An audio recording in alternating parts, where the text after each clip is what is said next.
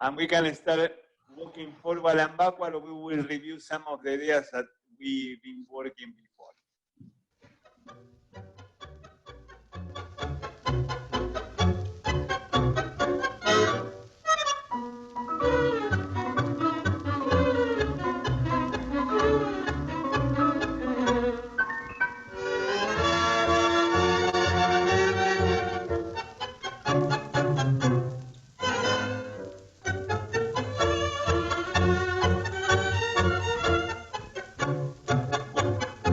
Let's remember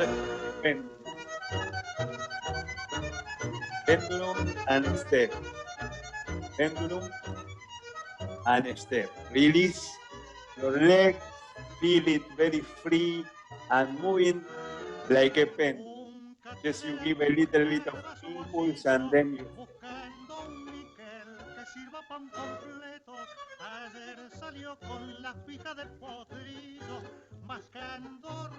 going backward or going forward.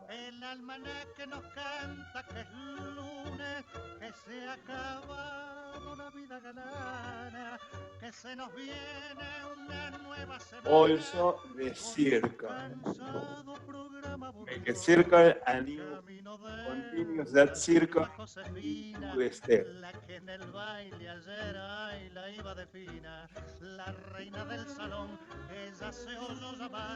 Going backward or going forward.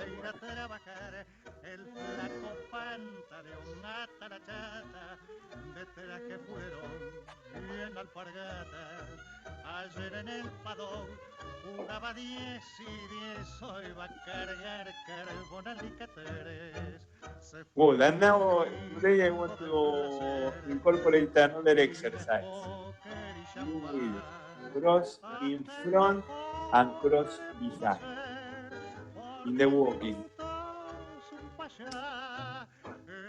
Behind, in front, step.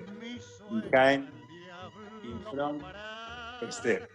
Behind, in front, step. And then the same going backward. You step, you cross in front, you cross behind, and step. Cross in front, cross behind, and step. Same thing. And going forward, same idea. No hay mal muchacho que dure 100 años, ni siempre se anda con paso bichoco. A lo mejor acertamos las 8, y quién te aguanta ese día el corazón. Let's do one more time, this last one of the crosses.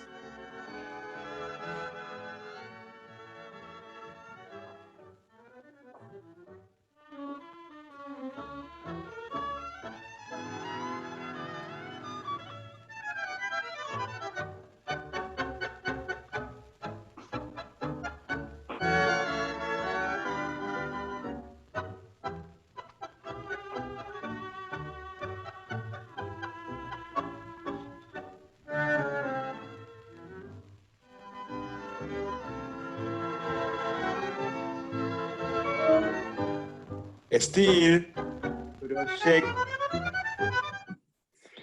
In this case, no, I pass through the collect position. The cross is always using this knee to knee close position. Not a big one. It could be, that will be a combination of the circle that ends in the cross. Here, in this exercise, let's focus in the collect position, both knees close to each other. Still, your leg moves as free as in the situation of the pendulum, and we have a little bit of the circular component of the movement.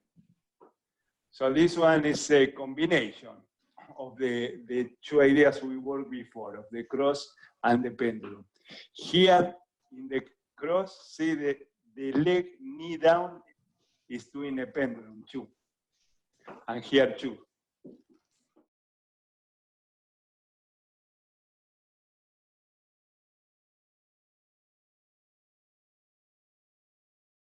I will change to the other foot. That's a position that you want to get. So I cross in front and back. Front and back. So I keep this idea of the inside edge and painting a circle with my big toe and the inside edge there when I cross in front and when I cross behind. So other foot, in front, behind.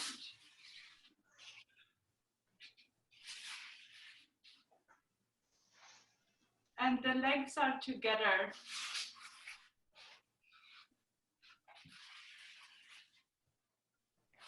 Like this. Yes. It could be tricky for your balance, this.